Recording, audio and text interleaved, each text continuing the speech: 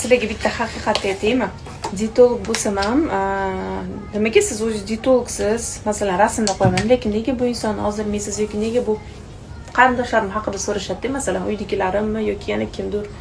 Umuman qarindoshlarim haqida so'rashadi, nega ozdirmaysiz deb. Buni menimcha boshqa dietologlar ham tushunsa kerak, boshqa dietologlarda ham shunaqa holat bo'lgan bo'lsa kerak. O'zimiz dietolog bo'lsak ham, bizga o'zimiznikilar bilan ishlash qiyin bo'ladi. Nimaga qiyin? Masalan, siz begona inson bilan ishlaysiz, begona inson bilan ishlaganda siz professionalni ular bilan ishla olasiz. Masalan, talab qila olasiz. Qani, masalan, yuboring, ko'rsating, qancha yedingiz, qancha nima talab qila olasiz.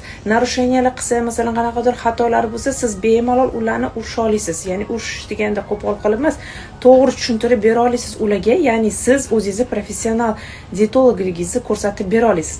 Endi faraz qiling, men xuddi shunaqa o'zimni uydagilarimdan kimdir yoki men qarindoshlarimdan kimdir ozdirishim kerak bo'ldi deylik.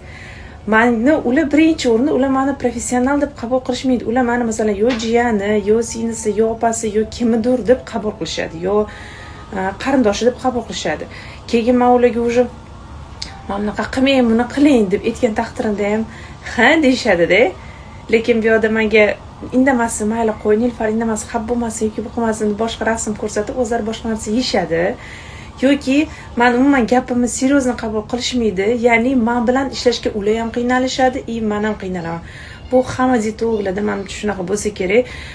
Biz o'zimiznikilar bilan ishlashga qiynalamiz, shu sababli o'zimizning qarindosh yoki yaqinlarimiz bilan ishlamaganimiz yaxshi. Masalan, oyizlarni ozdirishingiz kerak. Siz qanaqa o'ziga nima narusheniya qilyapsiz?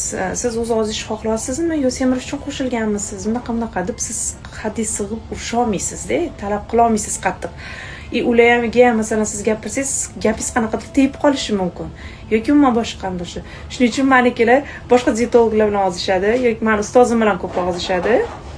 Men harakat qilaman qarindoshlar bilan ishlamaslikka.